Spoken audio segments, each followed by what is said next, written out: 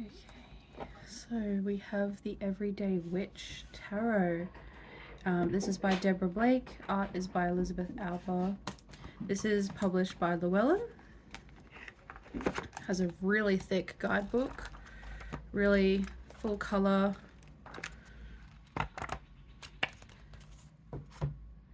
And then the cards. The Fool.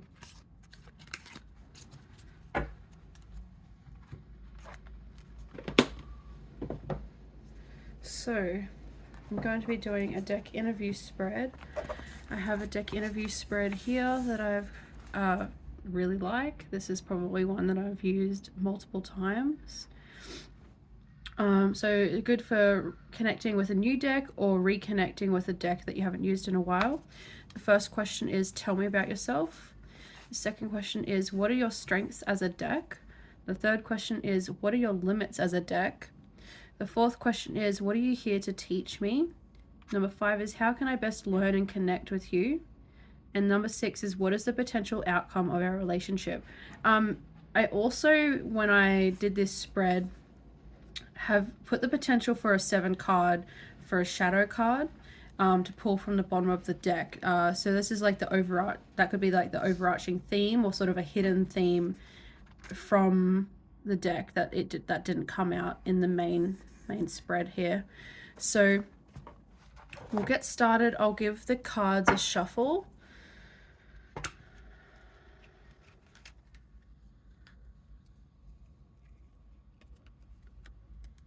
I'm trying to learn how to do the bridging one, but I can't. Practice makes perfect.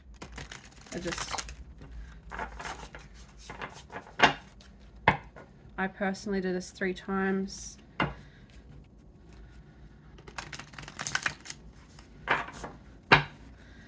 Okay. I'm just going to, for a moment, this is a little blessing. For some tarot cards, I put that face down with some selenite, just because I haven't used the cards before.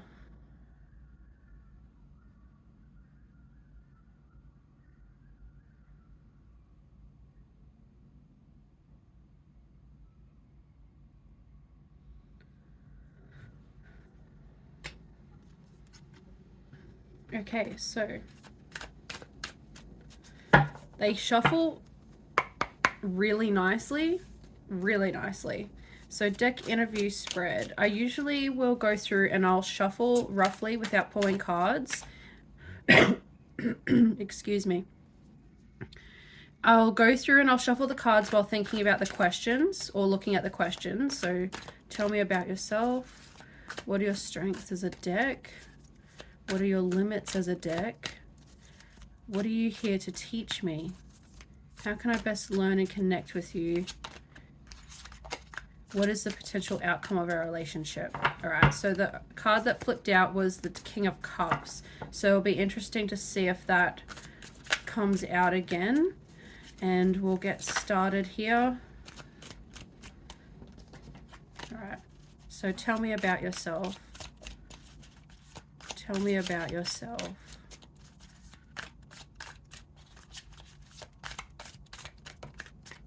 All right, 1.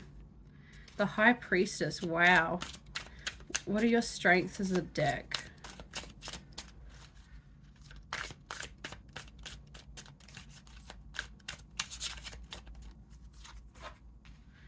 The Moon. Wow, okay. A lot of feminine energy coming from this, but it makes sense because it is called the Everyday Witch. So it probably is more feminine coded. What are your limits as a deck?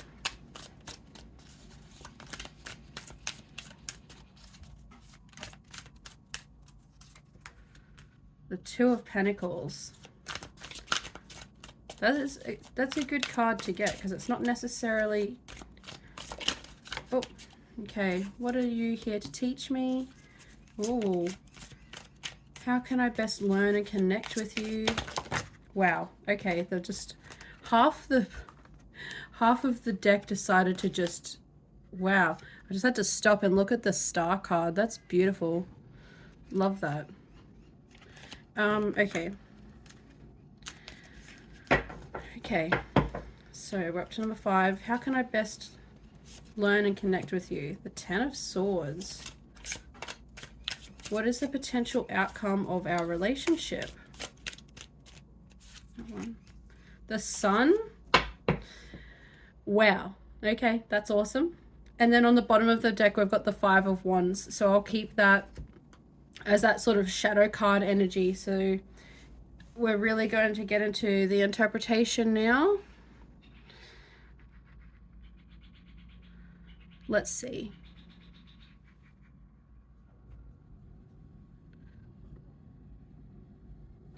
Okay, so we've got the High Priestess for tell me about yourself. So this is someone, look at the fact that in this card, she's actually got multiple forms of divination. She has tarot cards here. She has a an orb, a crystal ball, and she has some runes that the cat's playing with. So it speaks about her connection with divine and able to use information to divine for herself, if that makes sense. So using divination to connect to source, and also see how she's got all these books piled. She's studied, she's well researched, she has all the knowledge, and she sees all in this crystal ball. So yeah, that's really interesting.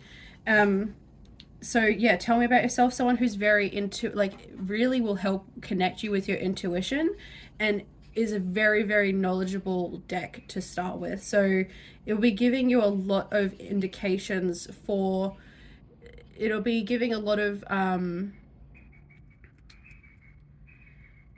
like, when I see the High Priestess in certain positions, to me it's like that connection between the ego and the higher self. Like there's that connection that you don't need to verbalize, that you have the information because it's being given to you like subconsciously, which again is sort of reiterated here with the moon in the second position for what are your strengths as a deck. So not only will working with the moon cycles be really, really useful if you're someone that does that and you do tarot, but I can see also that maybe it helps break through illusions. As you can see, the cat here is looking into the water, and there's a bigger cat, so it's seeing an illusion of itself. So it might help you cut through illusions, or may help you see the truth and illuminate it under the light.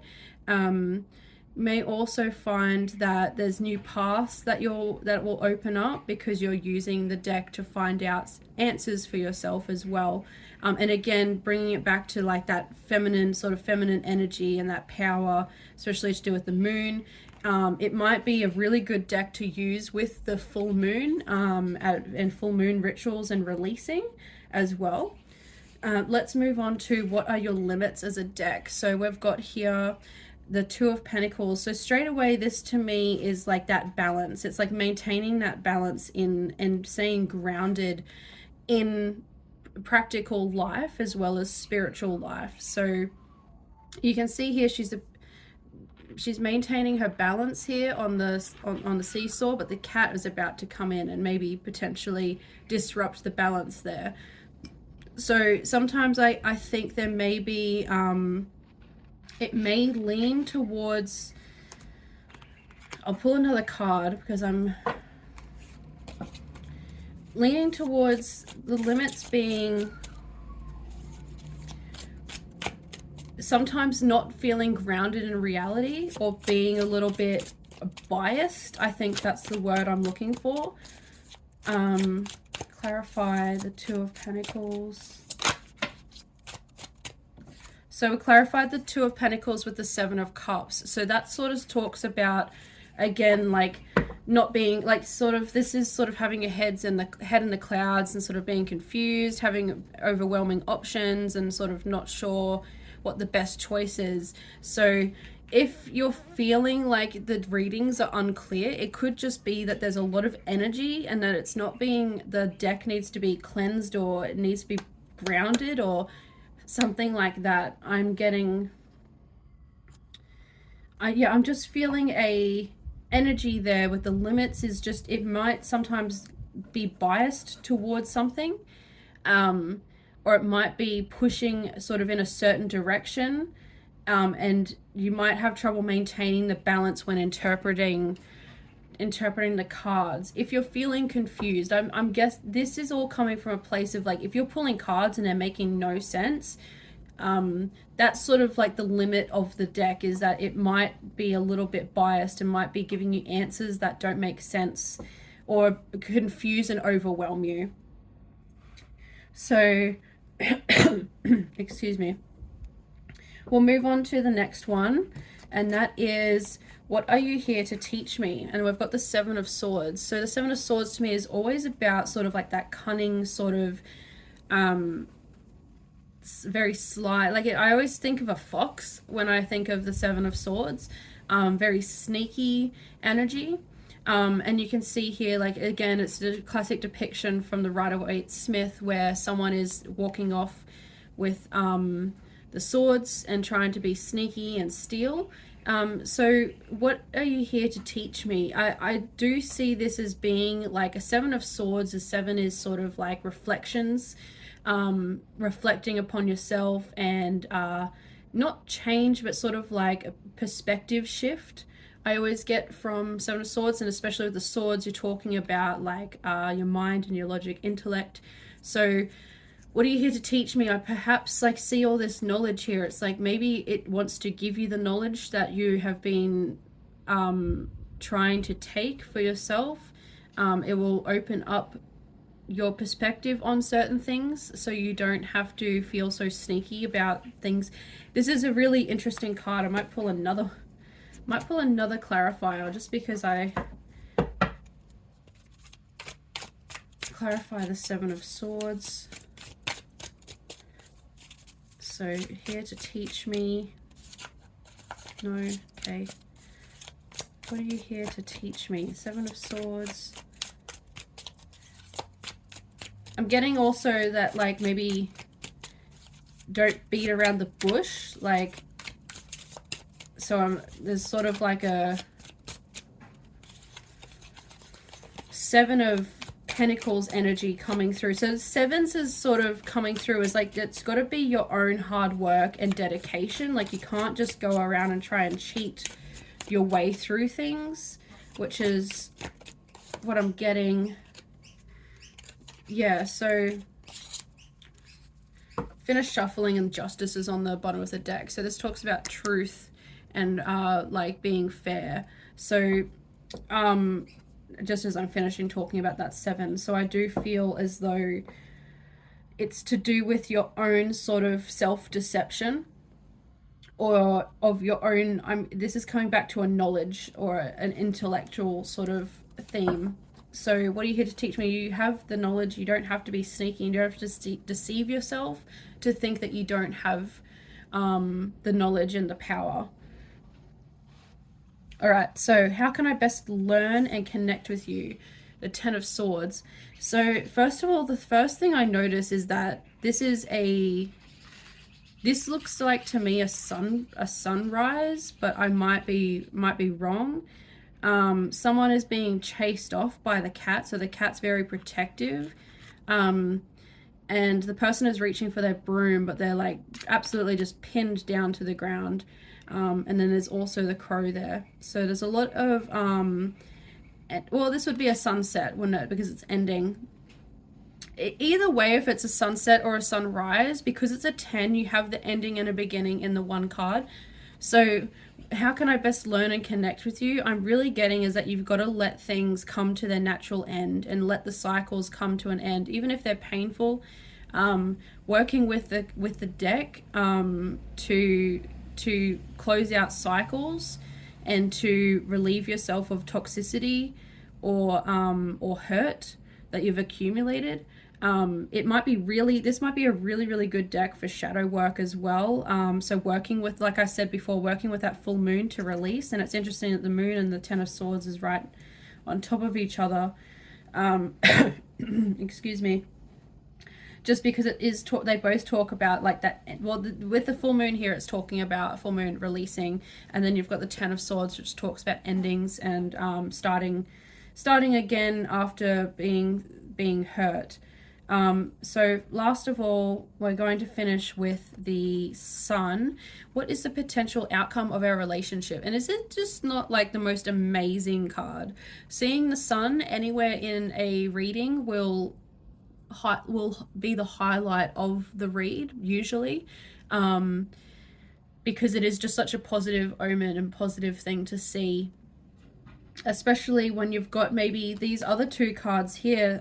They can be taken more negatively, the Seven and the Ten of Swords, but you have the Sun here, and what is the potential outcome of our relationship? The Sun, you cannot see that going badly in any way. So I would actually, this is not my own deck. I'm loaning this out from a friend so I can do the deck interview spread, but if I was to, I feel a very good connection to this deck. So it's something that I intuitively am feeling very drawn to. And for me, the Sun is a really good indication that it's going to be a great relationship. There's going to be a very fertile experience. So like she's pregnant here, so there is fertility in obviously abundance. There's so many flowers around them. They're so bright and happy and joyful. You also have like maiden, mother, crone. You have all the life cycles here as well. So again, it's talking about those cycles and talking about like like going through cycles together and finding and keeping the joy, potential outcome. I just really see a lot of happiness and joy from this deck. So that is really good. And also underneath the deck is the Five of Wands. So I see this as being like seeing it sort of like maybe this could come back to the like this Seven of Cups and what are your limits. It could also just be like maybe sometimes you just don't like the answers that are coming out.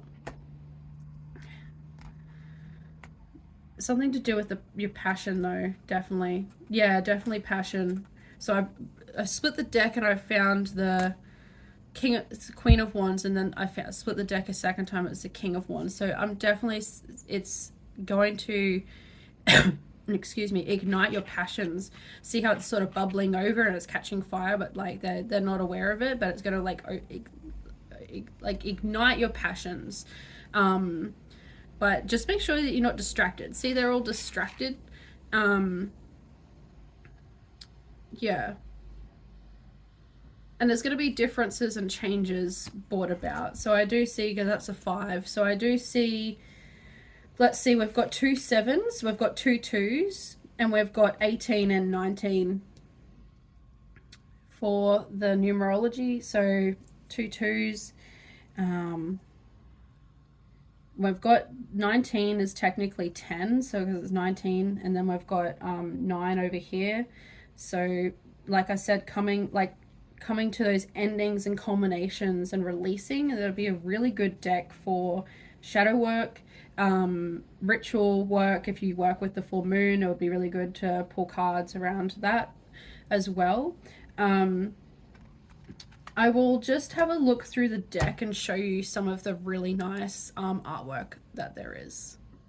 Okay, so I thought I would talk about some of the cards that had some like imagery or symbolism in them that I really liked, that sort of sets them apart, if that makes sense. So with the Ace of Wands here, I really like how obviously you've got the big wand in the middle. Here we go. We've got the big wand here, but you can see like all surrounding it is like there's an art brush and a palette, there's like a map, there's a book, there's a feather, music. So a lot of the times the Ace of Wands is like really about what inspires you and what like you're passionate about. So like deducing this to sort of like hobbies and art is like a really good idea. I really like the way that's depicted. We've got here the Nine of Swords. So She is in bed. She obviously hasn't slept. The sun is coming up. And the Nine of Swords talks about like anxiety and insomnia, not restless sleep, things like that. So the fact that she's sitting up in bed and the cat's concerned about her, there's books all around, sort of strewn across our room. That's a good depiction of how you feel with the Nine of Swords. I really liked the Queen of Cups here. Not too different. Not too different, but she, instead of sitting on her throne, she is up in the water. She's holding a vessel and she's pouring it out. There's little fishies here, talks about intuition. The cats as well. There's a cat family with kittens on the chair, which talks about like nurturing and children.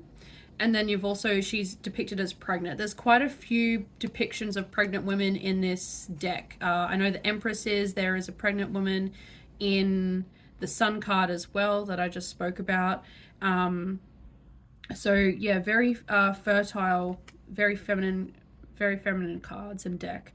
So I really loved this. So I've got a special spot for the Page of Cups because it reminds me of my daughter, because she is a Cancer. Well, she's a triple water and a big 3. So Page of Cups, this is very her. This is very like messy, creative, painting,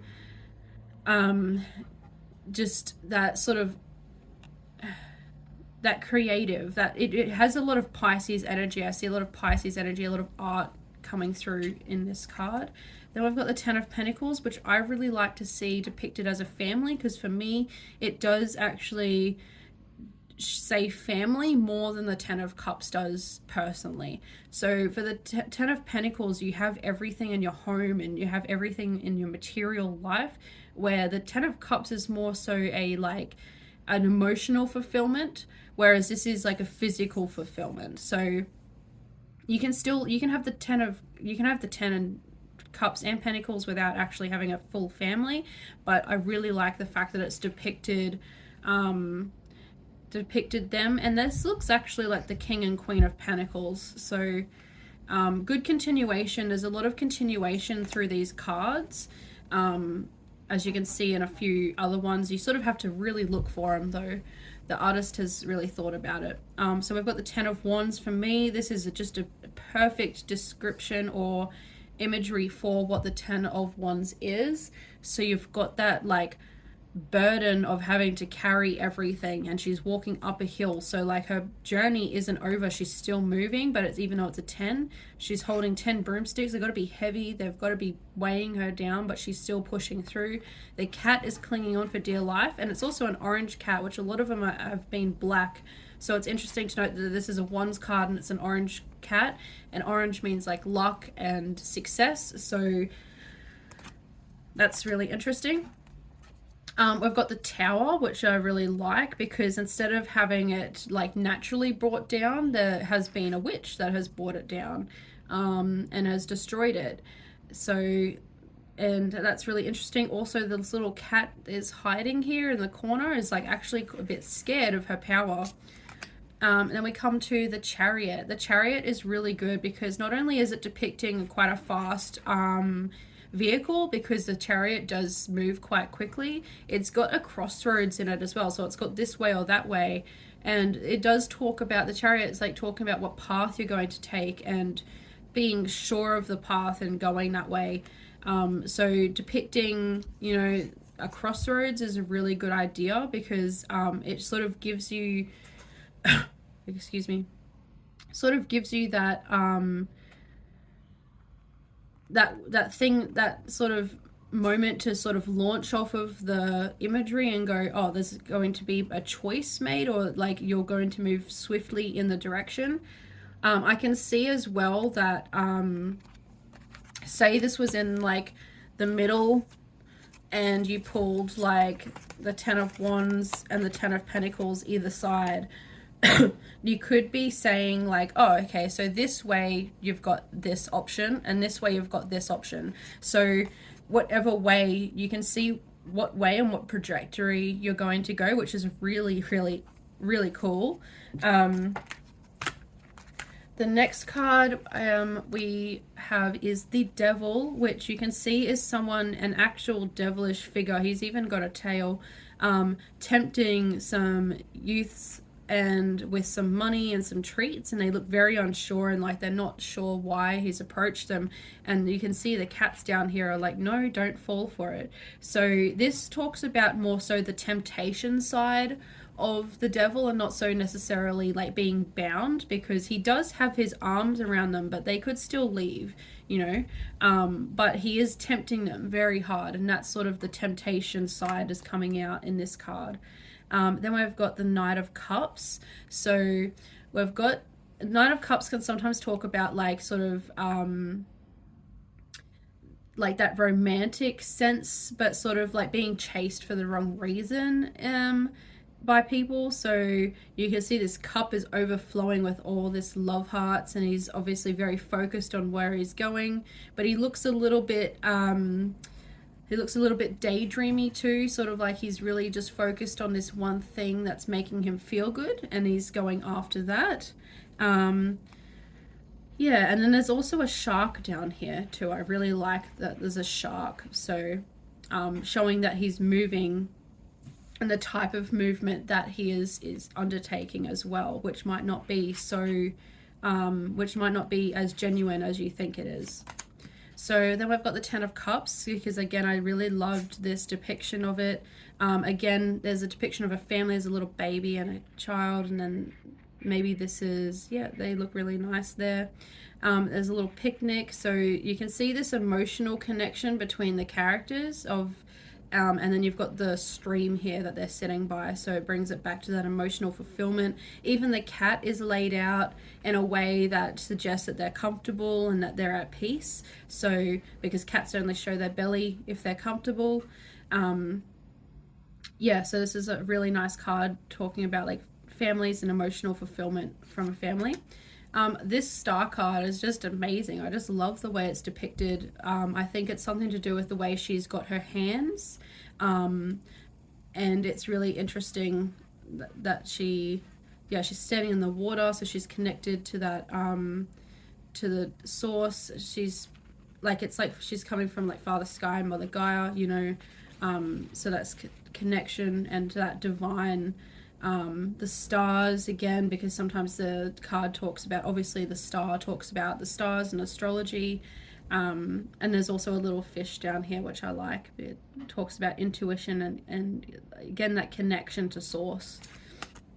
And then the last one I wanted to show is the Three of Swords. I always like showing the Three of Swords because it's a really vivid way, like there's a lot of vivid ways to actually depict how this card feels or what it means.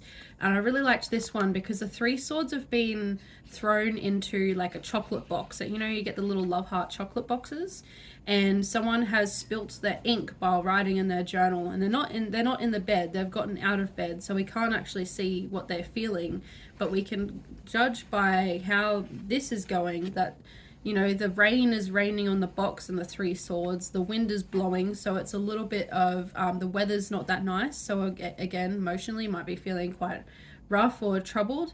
And then you have this spill in the journal, so it indicates that someone is talking, like thinking about writing how they're feeling, and it brings it back to that mind aspect of the Swords cards, rather than how you're emotionally feeling about this. So it's to do with your mind, so it's like always got to bring it back to the mind with the swords, and rather not how you're feeling. But I really like this depiction. So there's some really good cards in here, and I wish I could use it a bit more. I might end up picking this up myself just because it's so nice. And I really like the way that the characters are. I really like, this is another great card, is Birthday Party with the Five of Cups. The Wheel of Fortune's a literal spinning wheel, which, like, you know, game shows. Yeah, so it's really nice, and I love the back of it too.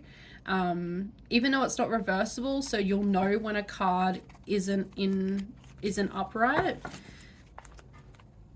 Unlike other cards which have like a reversible deck like a reversible pattern on the back, so you can't tell if they're upright or not. But that's also a personal preference for what you like as a reader, I guess. So I'll leave it here. So thank you for watching my deck interview spread, and I'll see you in the next video.